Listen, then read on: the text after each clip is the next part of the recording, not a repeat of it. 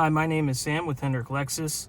Just wanted to give an overview of the Apple CarPlay system that comes on most 2022 Lexus vehicles.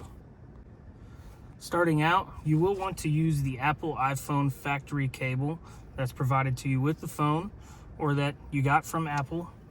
On the ES, we want to use the front USB ports.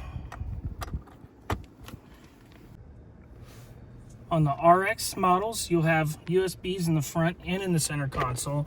You'll want to use the ones in the center console if you want to use Apple CarPlay. Once you plug your phone in, you'll be prompted to allow Apple CarPlay to have access to your phone.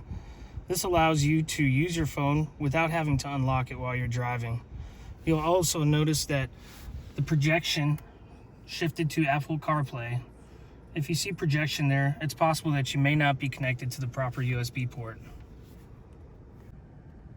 Once you have your phone connected to Apple CarPlay, you can access both your home screen and all your apps through two different screens. You use the bottom left button to switch between those screens. You have access to your music, your phone, your messages, maps, everything. One cool feature is when you're connected to your Apple CarPlay, you can access Siri. All you have to do is hold your talk button.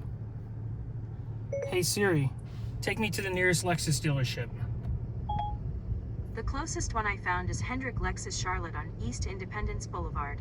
Let me know if you want to hear the whole list. This is Brian Harrington, Service Manager at Hendrick Lexus. Sam just took a moment and went over some of your Apple CarPlay features and how those systems operate. If you have any further questions, feel free to give our technology department a call and we'd be happy to go over it in more detail with you. Thank you. Have a great day.